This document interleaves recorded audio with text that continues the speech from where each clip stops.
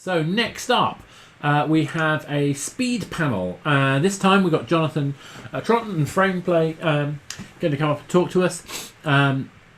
He's going to have Tony from QuickFireLabs and Clayton from iCrossing, I believe, as well. So, Jonathon, I think I'm going to be passing over to you. Are you all good? Yeah, good morning. It's it's a very early morning for me. Is it really early for you guys? I'm sure it is. I'm so sorry about that. That's the fun of doing international conferences, isn't it? Yeah, first call was at 4:45 this morning. But good morning. I'm Jonathon Troughton, the CEO and co-founder of Frameplay, and I'd like to invite the other panelists to introduce themselves.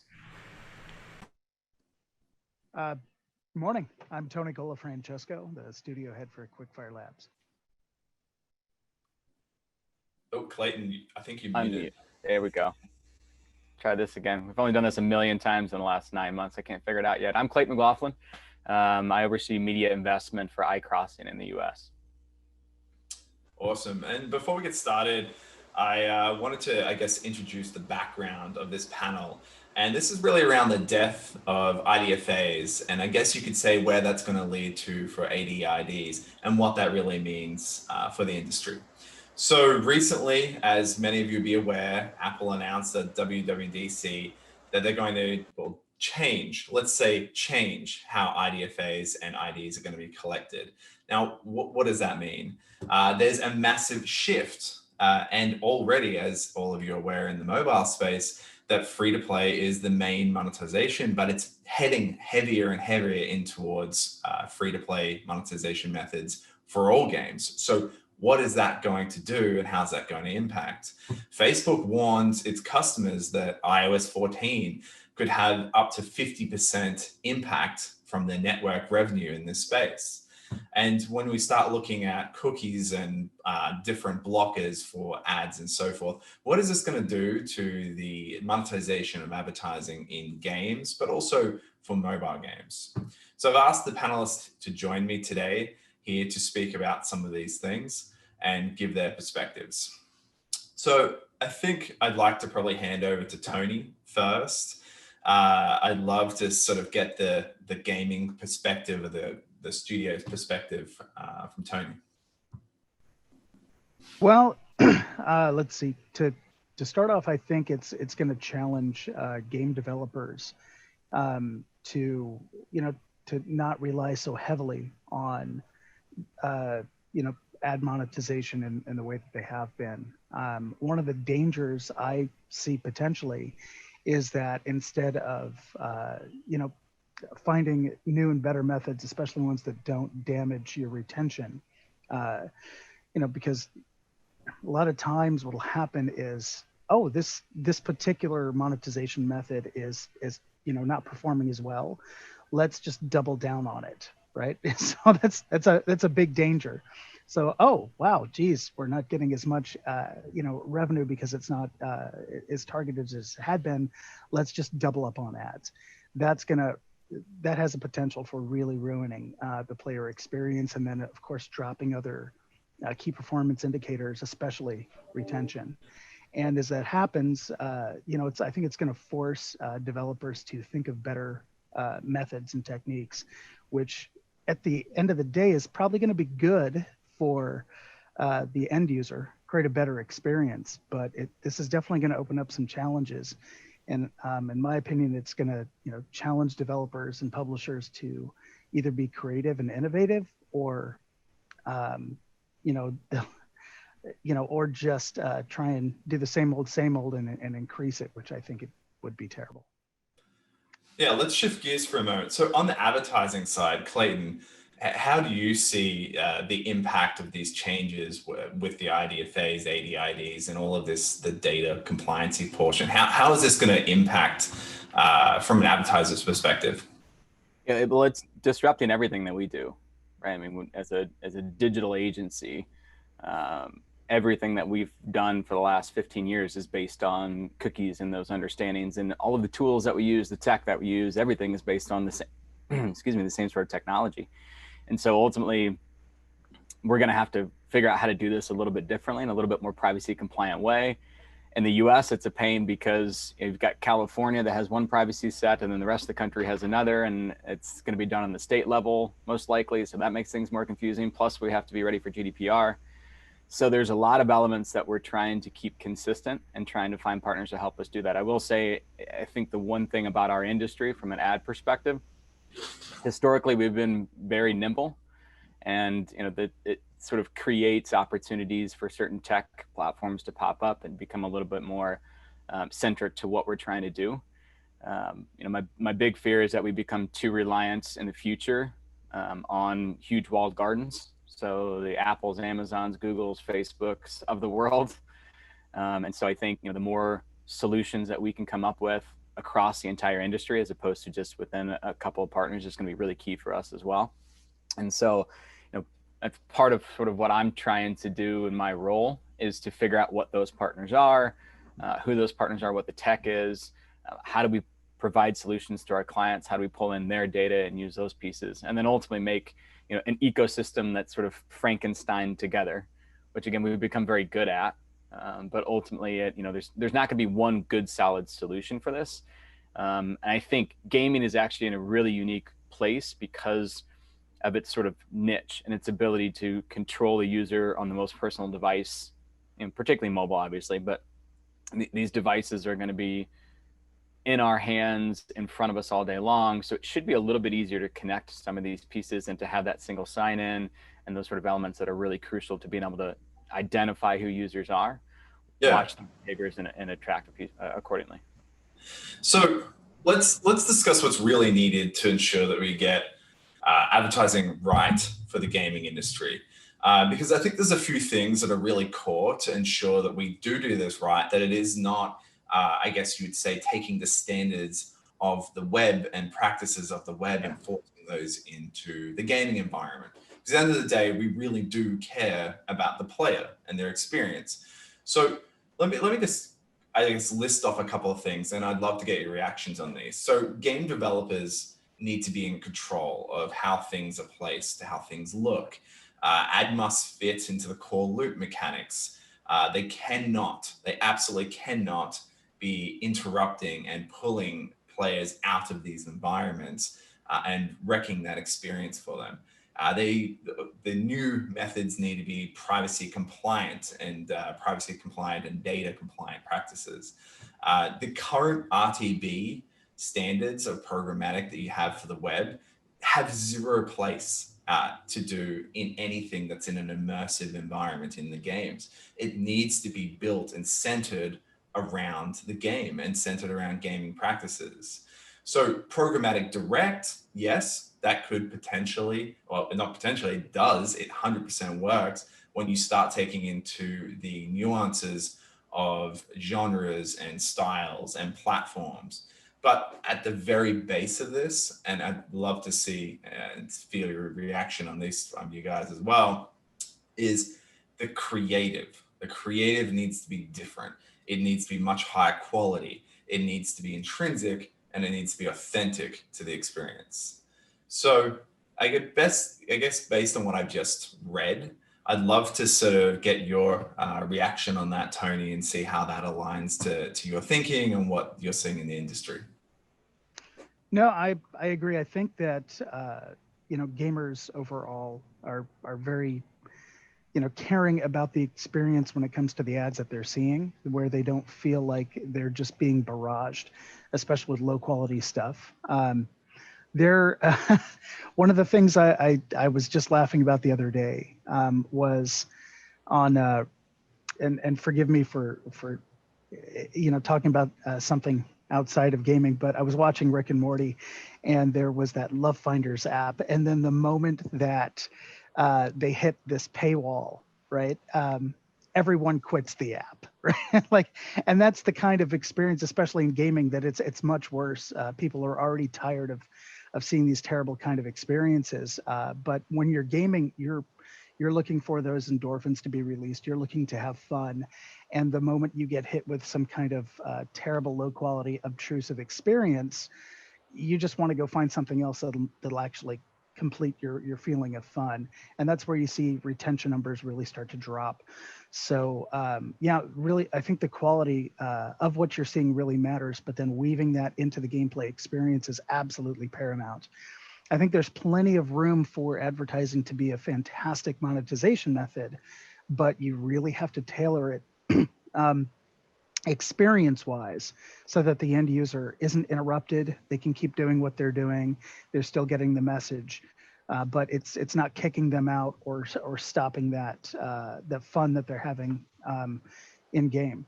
So yeah, and I do think that the quality matters a lot, and because there's also that potential for you to be in a high quality, really fun experience, and then see some kind of really terrible, low res, crappy ad pop up, and it kind of kicks you out mentally as well. Like, oh, you know, now I was just having fun, and now this thing pops up.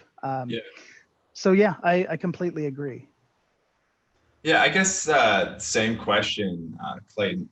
What do you think is truly needed here to authentically connect to the players without breaking that experience?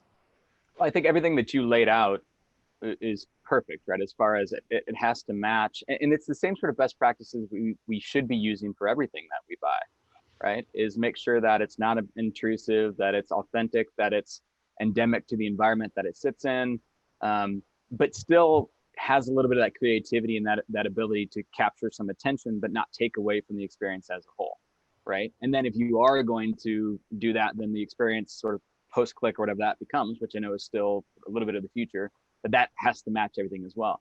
I think we're in a really crucial time because we've already messed this up once from a digital advertising perspective. When we went from web to mobile, right? We waited for 10 years for the year of mobile, and it finally came, and all we had was shitty little banner ads at the bottom of tiny little mobile screens that just ruined everybody's experience. Advertisers, agencies, game developers, everything. So I think we're at a time now where we can adjust that. And we shouldn't let that get out of control, right? It's a really pivotal time to make sure that we get this one right. And I think we should be able to learn from that for transition from web to mobile. And so the things that you've laid out as far as best practices, I think apply perfectly and probably tenfold. And again, I think it's the similar approach to what we should be doing for everything that we buy digitally. But I think it's even more important when you think of that game environment because people don't want to be interrupted in those instances. And so we have to make sure that we figure out how to toe that line and provide the value on top of the experience that they're already enjoying. Yeah, and I think it's really important for the game industry to sort of recognize that this is the perspective that's coming from advertisers. Yeah. They want the quality to be better. They want the experience of the player to be better because they're very cognizant of the impact that it's had over the last few years, that they need to be doing a much better job if they want to be presenting themselves in the best possible way for any possible conversion or sale. Yeah, and I'd say the more we can be creative and how we do that, right? Again, speaking from the advertiser perspective, we love being able to create new things and put them in new environments and see how people react and be able to make those a good fit for where they need to sit. That geeks us out, right? So I would say don't be afraid of new opportunities or thinking of things a little bit differently, because as advertisers, we're excited to find those opportunities as well. They obviously need to fit, but ultimately, I think we can do this in a better way than just trying to retrofit something that already exists into this environment. Yeah, exactly. And I think this is really on the whole industry, the whole gaming industry, to actually embrace and understand that we're at a pivotal moment here, that they can really drive towards a much better kind of intrinsic feel, so that the advertising is really incorporated into the environment to really look after the players. So I think to summarize it, brands really want a way to advertise in high quality environments. But they also need to measure this, and they need to be able to trust where that's going. They need the data to support all of this. And this definitely comes into IDFAs and the IDs, I guess you can look at. But what other ways can we have data that support this? And this is what we focus on at Frameplay, is actually supporting the data that is required to go back to the advertisers to understand what they're buying. So the next step to that, obviously, as well, game developers are going to need new ways to monetize. Because, like I said at the start, with this shift away from IDFAs and the shift in, I guess we'd say, regulatory environments, traditional, I guess, advertising monetization methods are changing. You know, are you going to see the same returns? The same thing that Facebook mentioned, like 50% of all their network revenue may be disappearing. So game developers are going to need new ways to monetize effectively and really care about the gamer's experience and see those high returns. And this is where we're seeing a shift towards intrinsic advertising. So it's actually part of the game, and game developers do have that control. But ultimately, this is all in support of a massive cultural shift across the board, and not just in mobile, but primarily at the moment in mobile, where the whole industry is moving towards a free-to-play environment. So we definitely have our work cut out for us. Frameplay, really our creation of Frameplay and what we're driving to push for here is really enforcing all of these values that we've mentioned here, but also to your point, Tony, Clayton, from the publisher's side, really taking into account how they look at this, from the advertiser side, what they require. We really need to sort of keep that in top of mind. Is there anything else you guys wanted to throw in there from what I just said? Well, I did have one thought, which was, you know, as there's less individual targeting happening, one of the things I think publishers and developers need to take into account is their audience, and making sure that with their ad partners that they're feeding the right content to the right audience. It's at a higher level where, but an example would be if you're building a kids game, you're not going to be wanting to feed AAA ads or anything like that to a kids audience, and at the same time, if you've got middle-aged audience, you're not going to be wanting to do toys, stuff like that. So just making sure that you're connecting the right audience to the right type of content is going to be really big here. And it's just one thing I'm going to encourage all publishers and developers to think about, so that is one way they can get a higher return on their ad inventory and their click-throughs, and just make for a better experience for the audience. So it's feeding them relevant ads, and so just one thought I wanted to that point, Tony, I think you bang on. Contextual alignment is one element of it, and understanding your audience from a data perspective is another. But very much agree, like you don't want to be putting these types of creative that totally misalign to your audiences, because then that's inefficient use of media spend. Clayton, I'm sure you could probably speak to that all day long about the want of efficiency of media. But absolutely. Yeah, so I think we're coming up on our time. I wanted to thank all of the panelists. So I want to thank you, Clayton, Tony, for actually joining here to sort of talk about what we're doing. And I would ask that any developers and publishers that are considering different methodologies for advertising in their games, please reach out, contact us. Or you can find me probably playing somewhere online. I'm more than happy to take a meeting during the gameplay.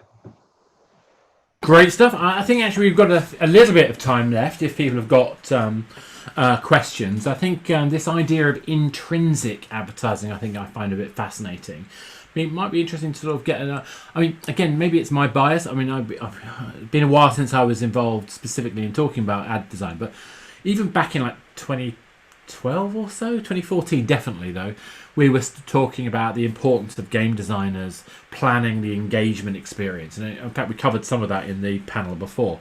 I mean, I'd be really interested to know sort of what you think are the best examples of that. And also, if we're moving away from specific targeting of individuals and instead looking at kind of communicating ideas and themes, understanding what value looks like, what does that look like and how does that affect game design? It'd be interesting to know what you think about that. Yeah, definitely. Look, I'm probably the first person to come out there and say that intrinsic advertising doesn't work for every game. I don't care what other people say if they think it can work and everything, but if you're thinking about something that's maybe in the 13th century, you're not going to go and try and put this style of advertising in that game environment. Now, how big is that market that you start thinking about? Well, think of all the different types of games, whether you're talking about sports, racing, open world, any sort of casual game that isn't necessarily, let's say, for instance, we're not going to Candy Crush. It doesn't make sense. The monetization methodologies around that already work well for that. However, when you start talking about platformers or different styles of games, hyper casual, but not in the traditional sense of a Candy Crush game, the intrinsic advertising fits seamlessly into these environments. You can monetize in an extremely effective way. And I think really that the publishers need to keep this on top of mind as well. We're not pulling existing monetization methods out. This is complementary to what's already existing there. Now, how this fits into level design, how this fits into the world design, by all means, reach out and we can coach people through. We can work with teams on how to best integrate, because there's a lot of different functionality and concepts that may not be apparent to a level designer or a game developer without actually having an experience in this space. So we're very, I guess we'd say, supportive of how we'd like to see this. At the end of the day, we came from a gaming background, and we really want to we do care about the player experience. We really want to support the developer to make sure that A, they can make money to continue on this journey, but B, that they remain true to what they're doing. Because I know how much time goes into making a game. I know the countless man hours and the amount of money that goes into making it. Or we can count them. Yeah. Well, you really want to respect this. And this is where we see, and I'm sure like us, you mentioned things around 2010. There's been a lot of change since then. I mean, technology. Yeah. I mean, I could go and talk about Massive. My friend Barn used to be at Massive. So those of you who don't know what I'm talking about when I say Massive, that was one of the very first kind of in-world advertising experiences bought by Microsoft. Was it around 20? It may have been earlier than that. 2010, 2012, yeah. Yeah. And so, I mean, I think the issue that happened in that case, so I think it was a Splinter Cell game. They had a Mountain Dew Coke machine, basically. I've just broken the famous rule. It was a Mountain Dew can machine. I shouldn't say Coke machine, but we all use the term Coke machine. But that inherently implies the fundamental issue. They also, I think, had a Papa John's pizza box. And the issue is that the number of people who are going to want to buy the replacement Coke machine or the pizza box is actually quite limited. And of course, that's, I think, what's changed in this generation of looking at in-world ads. I still use in-world ads just because I find it easier to get my head around it. Is that we are now, I mean, if you look at yourselves and Adimo and Abity and another game in-world ad company I won't mention because I'm not big fans of them. I did some work for them and they stuffed me over, so I'm not going to mention their name. But there are some people out there who've got some really good, interesting tech. The biggest issue has always been, though, getting the volume of ads. So the demand side has been an issue, I think. But exactly to that point, and I think Clayton, you can speak to this as well. This is why we really focused on what's required from the advertiser. How do you actually provide that value? How do you provide that data? What integrations in it? How is it done? And actually translating that value that brands require to the game environment is fundamental. And we have an excellent team that's worked on this. And that's how we're able to translate that brand dollars into these environments. No, exactly. So, I mean, Clayton and Tony, I'd love to hear what you guys think. I mean, just a bit of point of reference, I actually think you can build a fantastic value for brands in this kind of experiences if they're placed right. And there's some really good, interesting examples of implementations. But I'd love to know if you guys have any kind of particular views on that aspect. I think Jonathon mentioned it once already, right? Like not every brand is going to make sense here. So we have to understand first and foremost which brands are going to be make the most sense. But I think as you think across the variety of games that do exist and the inventory that does exist now, you can find those proper contextual opportunities. So you have to think of that piece first, and then it's the data conversation. So what else do I know about this audience? Who are they? what can I, because from our perspective, it's just as important to make sure that we're blocking what we need to as it is to find the people that we want to. Yes, right? absolutely. There's a very definitive set of people we don't want to find too. And that comes back to the data availability, things that we traditionally have relied on cookies on. Moving forward, it'll be a little bit of a different story, but Exactly. I think that's a really key piece as we do this as well. Because you've got to know to a certain extent that kind of the value that you're giving to the player, but also the value you're giving to the advertiser, as you say. And I think getting the right balance of that. Exactly. And actually, to your point, and again, I'd love to know what Tony thinks as well. But I mean, the difference between having a racing game with a classic install is obvious. You want to have that. Having Times Square with ads, absolutely. They should be real world ads. Should a fantasy world have them? Well, actually, technically, why not? If you've got the right context for those ads and you've got the right in-game deceit. Sorry, Tony, I'm interrupting. I should let you talk. No. It's I always chuckle when I think of the medieval fantasy world with try Joe's armor ad up there, but no, like I'll give you one good example because with right now I've got a shooter, not trying to shamelessly plug it. It's called plug away. You can find it on Steam. Chrono Shot, but we're utilizing that the in-game advertising right now, and it took me a while to actually find the right method to monetize our player base. It is a free-to-play game, but at the same time, advertising is a big part of it because it's non-intrusive. It fits really, really well with the gameplay, and it's just a wonderful way that you can monetize. And one thing I also find super interesting is that in free to play, you've always got this small percentage of folks that carry a lot of the sales. Yes. Where with in-game advertising, you're monetizing every play from every player, which is also really, really interesting. Yeah. And a lot of times in an online game, you've got a lot of folks who are participating to keep the fun level at a high enough so that those people who are spenders keep coming back, have other people to play with, but you're not monetizing this vast group of people that are using up bandwidth and are coming into your game. And this, with intrinsic advertising, I saw this as a way to monetize everybody, at least at a minimum level. But also, in my particular testing, we found that it has not hurt retention levels at all. No, it doesn't. Absolutely. Yeah. But, you have to make sure, again, like I was saying earlier, that the content matches the players. Yeah. We're not doing adult diapers in a shooter other than, levity. You know what I mean? Yeah. And players will actually complain if you're feeding them the wrong content. Exactly. I think this is why. So when I was at Sony and working on PlayStation Home, we saw some interesting players spending the innovation budget on this kind of space. So, for example, Red Bull and Audi actually did some amazing work as well.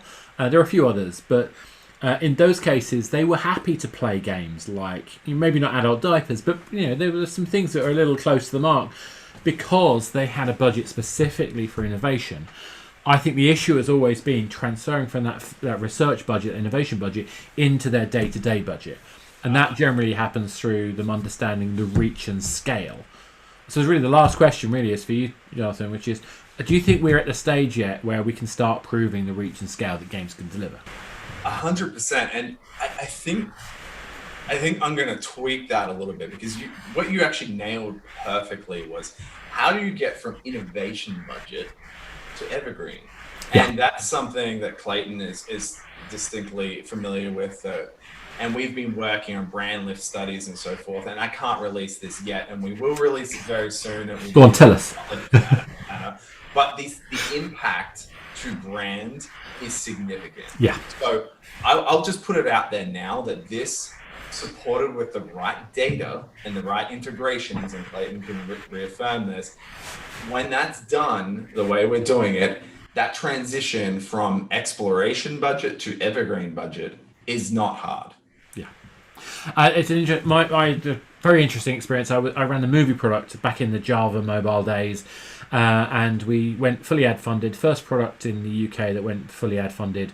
I had a 35-fold increase in the amount of telephone calls that the digital inquiry service that did the sponsorship did, and they still didn't do it on a regular basis. They just spent the innovation budget. So it can be a challenge, but even when you get past that process and you understand what it is that drives those people forward, I think this is going to be a major part of a lot of games, but as you said, not every game.